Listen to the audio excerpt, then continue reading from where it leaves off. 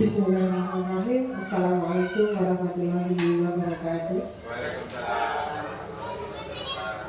Yang saya hormati Bapak Kepala SDN Brebes 2, yang saya hormati Bapak Ibu Guru Keluarga Besar SDN Brebes 2, izinkan saya pada pagi hari ini ingin menyampaikan materi dari bagian kegiatan calon guru penggerak angkatan 10 Kabupaten Ngawi. Pada pagi ini saya akan menyampaikan materi tentang diseminasi, menyebarkan pemahaman dan menerapkan pengalaman budaya positif yang ada di SDN Brebes 2. Konsep utama atau inti dari budaya positif ketika kita ingin melakukan satu kegiatan yang berhubungan dengan budaya positif, yang perlu dipahami yang pertama adalah pembelajaran paradigma baru, kemudian pemahaman tentang disiplin positif, kemudian kebutuhan dasar manusia, motivasi perilaku manusia, posisi kontrol restitusi, keyakinan pembelajaran, dan segitiga restitusi. Masuk pada pembelajaran paradigma baru. Apa itu kegiatan pembelajaran paradigma baru?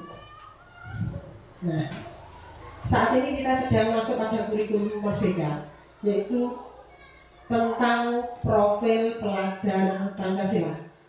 Hal ini sudah kita lakukan dimulai dari kelas 1, 2, 4, dan 5. Yang belum kebetulan ke SD kita adalah kelas 3 dan 6.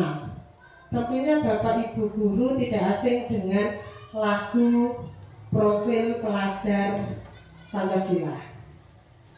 Semoga Bapak Ibu untuk mengingat apakah kita bisa menyampaikan kurikulum merdeka yang dikemas dalam profil pelajar Pancasila. Monggo Benda kelas 1 untuk menyanyikan lagu profil pelajar Pancasila bersama-sama. Monggo berdiri dulu. Dipimpin Bu Endah selaku guru kelas 1. Monggo Bu.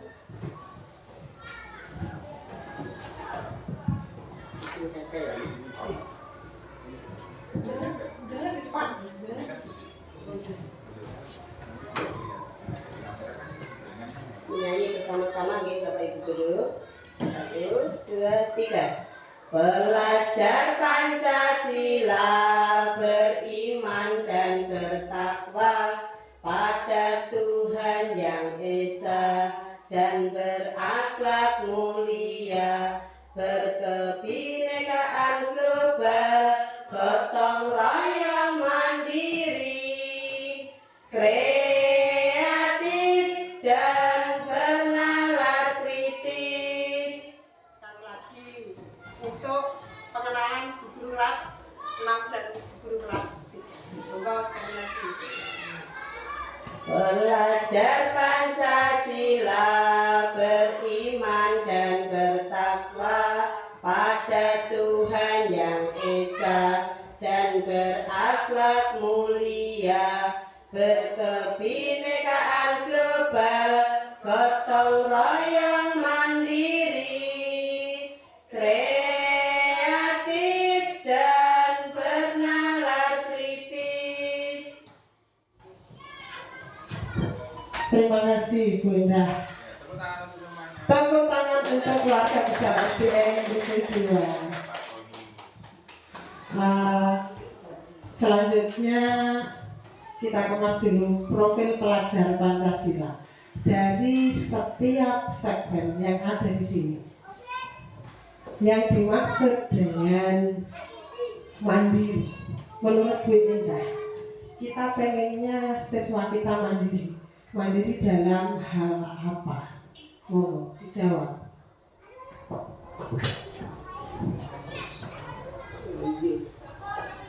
Mandiri dalam hal misalnya memakai sepatu, bisa pakai sepatu sendiri, seragam, seperti itu. Mungkin yang lainnya bisa nambah lagi. Ini dari kelas 1, maka guru kelas 1 mengharapkan bahwa anak-anak dikatakan bisa mandiri ketika anak-anak ini mampu melaksanakan kegiatan sehari-hari, cara berpakaian tanpa bantuan dari orang lain. Kemudian kreatif, menurut Bu Guru kelas 2, kita menyiapkan murid kita menjadi anak yang kreatif itu dalam bidang apa? Mengembangkan kreativitas anak. Misalnya kemarin anak-anak pernah mengikuti FLS 2N, bisa menciptakan karya dari bahan alami itu ya. Alhamdulillah mendapat juara 2. Contohnya itu.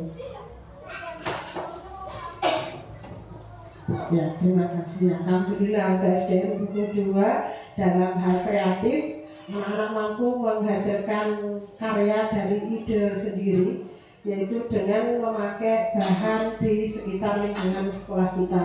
Berarti profil pelajar Pancasila terwakili di bidang kreativitas. Kemudian bergotong royong. Kegiatan apa yang sudah kita laksanakan di SDN buku 2 yang meliputi tentang kegiatan bergotong royong? Bu Umi.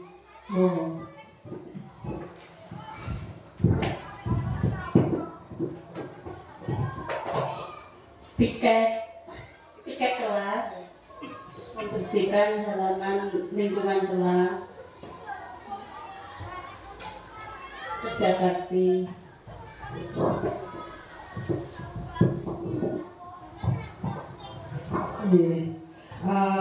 Bergotong royong. Bergotong royong itu tujuannya kreatif, anak-anak mampu menghasilkan karya dari ide sendiri, yaitu dengan memakai bahan di sekitar lingkungan sekolah kita. Berarti profil pelajar Pancasila terwakili di bidang kreativitas. Kemudian bergotong royong. Kegiatan apa yang sudah kita laksanakan di SDN buku 2 yang meliputi tentang kegiatan bergotong royong? Bu Umi.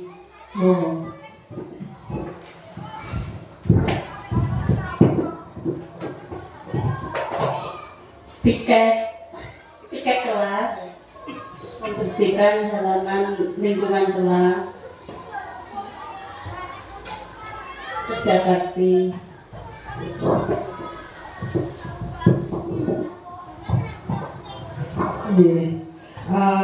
Bergotong royong. Bergotong royong itu tujuannya adalah membangun kerjasama atau kolaborasi antara keluarga besar SDN buku 2 yang dilaksanakan oleh siswa maupun bapak ibu guru.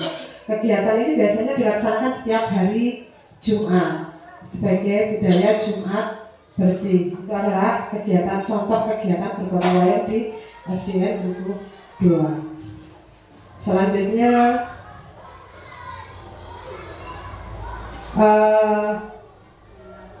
yang berhubungan dengan keagamaan. Monggo Bu Ambar selaku guru agama di SDN buku 2.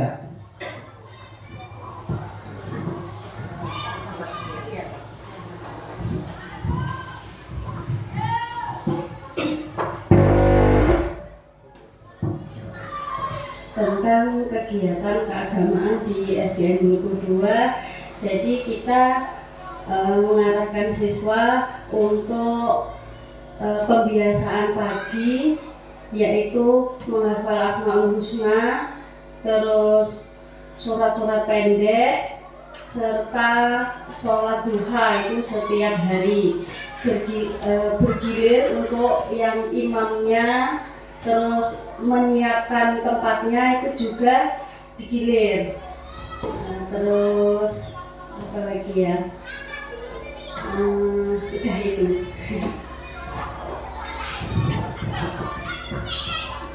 Beriman dan bertakwa terwakili kegiatan dan dibuktikan di SDN buku 2 dengan adanya kegiatan pembiasaan pagi. Masih kurang satu, berkebinekaan global. Apa yang pernah kita lakukan dari keluarga besar ini untuk mewakili proyek profil pelajar Pancasila?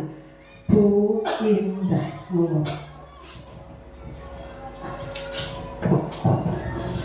Berkebinekaan global ini kita berharap pada dihormati dan dipercaya, kemudian memberikan pengaruh. Semua ini nanti bisa kita laksanakan di dalam kelas kita masing-masing.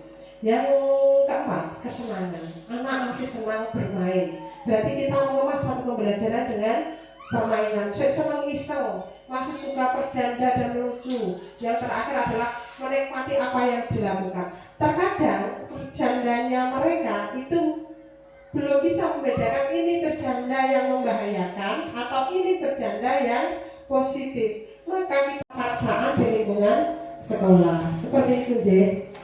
Kemudian selanjutnya Buin setelah masuk kemudian dosa. Nah, motivasi perilaku manusia. Setelah tadi kita paham kebutuhan dasar, semua pekerjaan, semua kegiatan, semua perilaku itu memiliki motivasi. Tidak mungkin tidak memiliki motivasi. Motivasi merupakan dorongan yang timbul pada diri seseorang secara sadar atau tidak sadar untuk melakukan suatu tindakan dengan tujuan tertentu. Jadi anak-anak kita itu ketika melakukan satu kegiatan pasti ada tujuan, pasti ada dasarnya. Maka kita sebagai guru yang kita cari tujuannya dulu. Marahnya nanti kita cari dulu, kita selidiki dulu. Tujuannya untuk apa? Nah, ini motivasinya apa? Menghindari ketidaknyamanan dan hukuman. Karena takut dihukum, sholat yuk, sholat saja, timbangan bukan ibu guru, pokoknya sholat. Peserta didik melakukan disiplin diri karena ia takut dihukum. Kebanyakan masih yang ini. Masuk yang kedua dulu. Mendapatkan imbalan atau penghargaan. Peserta didik melakukan disiplin diri atau melakukan kebaikan hanya karena ingin mendapatkan imbalan, diopai. Seperti itu ya kalau di sekolah kita, diopai. Yang ketiga, menghargai nilai kebajikan diri sendiri. Peserta didik sudah melakukan disiplin diri karena sadar akan nilai kebajikan pada dirinya sendiri. Dari ketiga ini, sekolah kita mana Bapak Ibu yang masih perlu kita benahi? Dari ketiga ini, sekolah kita yang perlu kita benahi masih apa? Yang ini, menghindari ketidaknyamanan karena hukuman. Kebanyakan masih seperti itu. Berarti PR kita adalah menumbuhkan tadi Bapak Ibu, menumbuhkan kesadarannya. Menumbuhkan kesadaran bahwa segala sesuatu yang dilakukan hanya karena takut mendapatkan hukuman atau penghargaan itu jangkanya hanya pendek. Setelah lulus SD diulangi lagi karena belum tumbuh kesadaran dari dirinya. Beda ketika anak-anak kita sudah memahami bahwa kebaikan itu akan kita bawa sampai nanti dewasa atau tua. Sholat sudah tumbuh ini kewajiban karena kalau saya tidak sholat saya dosa. Saya tidak sholat karena nanti akan misalkan anak-anak sering menjawab saya masuk neraka, dan ketika ini sudah tumbuh dari dirinya, maka sholat itu tidak perlu kita urak-urak, tidak perlu. Maka dia akan dengan tepat waktu ketika mendengar azan, otomatis dia merasa bahwa itu panggilan untuk dirinya segera sholat. Ketika melihat sampah di lapangan sekolah tanpa kita urak-urak karena merasa bahwa sampah adalah segala sesuatu yang mengganggu, maka dia akan tanpa diperintah dia akan mengambil sampah tersebut dimasukkan kepada tong sampah. Maka yang pertama akan kita lakukan adalah memperbaiki dengan cara apa? Menumbuhkan kesadarannya dulu. Budaya positif, disiplin positif. Yang pertama akan kita lakukan adalah menumbuhkan kesadaran. Ngerti nggih, Bapak Ibu? Kemudian selanjutnya, nah, nih kita masuk kepada diri kita sendiri. 5 posisi kontrol. Tugas kita guru itu adalah sebagai kontrol diri bagi siswa. 5 posisi kontrol yang pertama adalah penghukum, pembuat rasa bersalah, sebagai teman, sebagai pemantau atau sebagai manajer. Nah, posisi kita masih di mana, Bapak Ibu?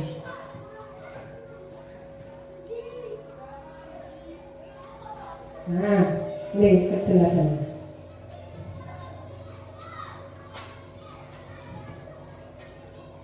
Posisi kita di sebelah mana? Nanti saya akan, apakah harus salah satu dijawabnya? Tidak. kita sering menggabungkan seperti apa dengan apa, masih seperti apa dengan apa. Nanti saya minta untuk menjawab itu Bu, bagaimana penjaringan posisi kontrolnya untuk mewujudkan disiplin positif tadi. Penjaringan posisinya masih di level yang mana? Monggo, Bu Dwi, penjaringan posisinya masih di mana? Hukum. Karena kamu main HP saja, silakan berdiri di depan kelas. Bisa-bisanya kamu tidur ketika menjelaskan, silakan keluar kelas. Berarti ini pas ya, kasus kita pernah ini ya, yang kedua ya. Kalau menjadi penghukum itu nadanya biasanya begini. Kenapa turun jelas? Keluar. Seperti itu. Jadi kita tidak pernah mau tahu alasannya dia tidur itu apa. Tidak dicari, langsung keluar. Karena kamu tidur di dalam kelas. Nah, kalau membuat rasa bersalah, tuh cari. Ya Allah, kau ini melakukan kayak begini kok gak ngesaknya Bu Guru. Kau ini kok ngisen ke Bu Guru. Nah, itu adalah contoh pembuat rasa bersalah. Apakah nanti dengan menghukum dan membuat rasa bersalah ini anak-anak akan tumbuh? Tidak bisa, Bapak Ibu. Wah, lele kebangetan kok tijan. Yang mengandalkan sering seperti itu ya. Nah, mau jadi apa? Artinya apa? Lagi bisa ngomong seperti itu. Yang masih sering kan seperti itu. Nah, ini adalah contoh guru menjadi pembuat rasa bersalah. Nah, ini diterapkan tujuannya untuk apa? Untuk menumbuhkan kesadaran tadi Bapak Ibu. Kemudian menjadi teman. Penjenengan pernah tidak menjadi teman dalam menyelesaikan satu permasalahan siswa. Misalkan begini, aja rame, sesuk boleh rame sekarang, minggu depan tidak boleh, tapi tidak memberikan solusi apapun. Atau mungkin, ya wis gak apa-apa, turun gak apa-apa nih sebenarnya jadi balik ini. Ini baik, nadanya baik datang, tetapi ini tidak akan memberikan satu solusi pemecahan permasalahan. Kemudian ini tadi bisa yang membedakan nih Bapak Ibu, penghukum, pembuat rasa. Penghukum itu cenderung menghardik. Kemudian membuat bersalah itu memelas, gurunya memelas. Kemudian sebagai teman, kau ngerti toh, kau memahami tapi tidak diberikan solusi. Kemudian yang ketiga, sebagai pemantau, kamu sudah tidak mentaati. Mereka kamu carry apa? Situ jawab, Bu, keringan bisa. Ya wes timbang. Atau ini gak ada PR apa? Kesukaan Bu, sudah selesai. Tidak ada penyelesaian. Pemantau. Kemudian guru sebagai manajer yang terakhir ini. Apakah kamu tahu misalkan Adit sebagai contoh sekolah kita sendiri saja. Adit atau yang lain melakukan kesalahan tidur di dalam kelas. Mana? Ngerti gak ditinggali di guru? Ngoten tuh, mosok gak ngerti. Coba ditinggali buku. Oh begitu. Kenapa? Nyapa le? Buku lama soalnya tim tentang kelas. Wah. Berarti ngerti ya, berarti itu salah atau benar? Salah. Dengan sendirinya dia akan terbangun. Merasa kesalahannya itu dia tunjukkan sendiri. Salah tuh. Lahnya foto kok bubuk nih kelas misalnya.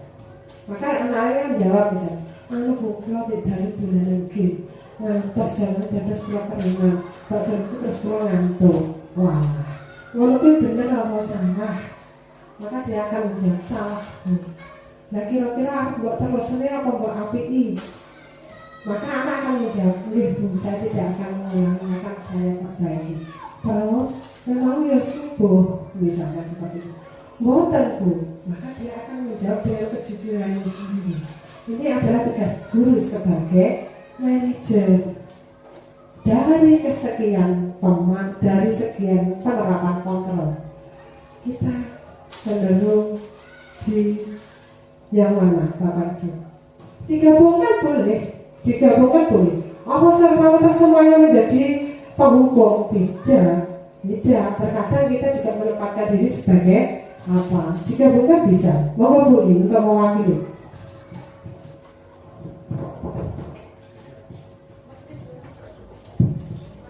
Terima kasih. Mungkin dalam kenyataannya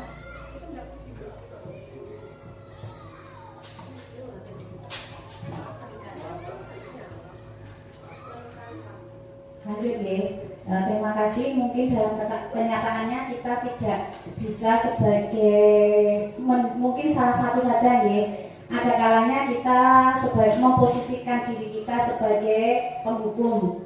Ada kalanya juga kita memposisikan diri kita sebagai teman. Jadi mungkin tidak dari kita tidak harus sebagai penghukum saja atau sebagai teman saja ataupun mungkin sebagai pemantau. Jadi dari kelima posisi kontrol itu juga ada baik buruknya, ada sisi positif dan negatifnya. Kalau mungkin kita sebagai guru hanya sebagai memposisikan kontrol kita sebagai teman, mungkin anak-anak itu akan istilahnya tidak ada rasa sungkan atau cuman kita merasa kita itu setara teman. Nah, padahal itu kan juga tidak bagus juga. Ada kalanya kita juga sebagai manajer di mana kita juga bisa menanyakan suatu masalah dan juga bisa memberi solusi pemecahannya. Jadi menurut saya dari kelima posisi kontrol itu kita ambil segi positifnya saja. Mungkin itu Bu Nina, terima kasih.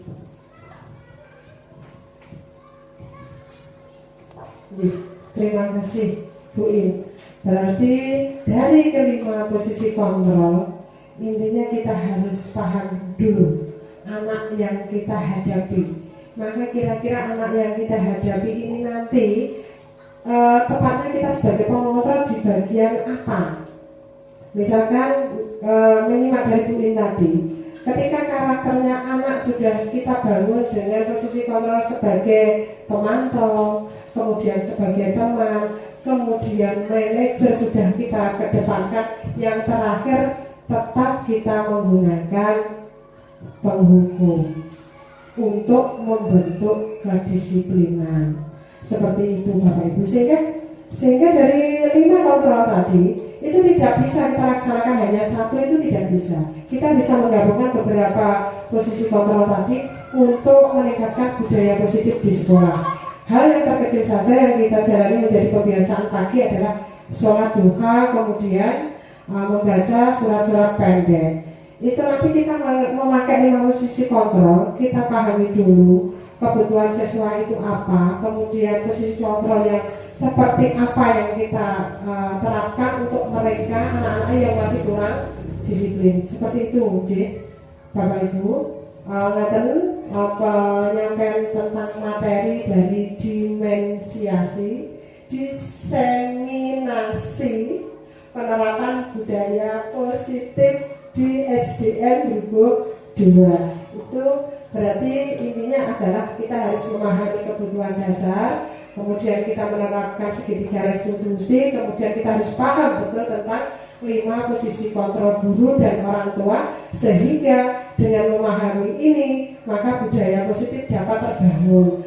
Budaya positif dapat terbangun karena adanya kolaborasi dari Bapak Ibu guru, orang tua dan warga sekolah yang lain. Seperti itu penjabaran dari saya. Ada kurang lebihnya mohon maaf. Sebelum saya tutup, saya minta Pak Eka selaku Kepala SDN Group 2 untuk memberikan satu pesan atau kesan untuk saya. Terima kasih. Monggo Pak.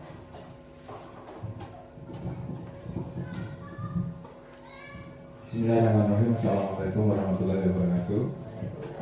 Dan terima kasih yang saya hormati Bapak Ibu Guru SDN Group 2.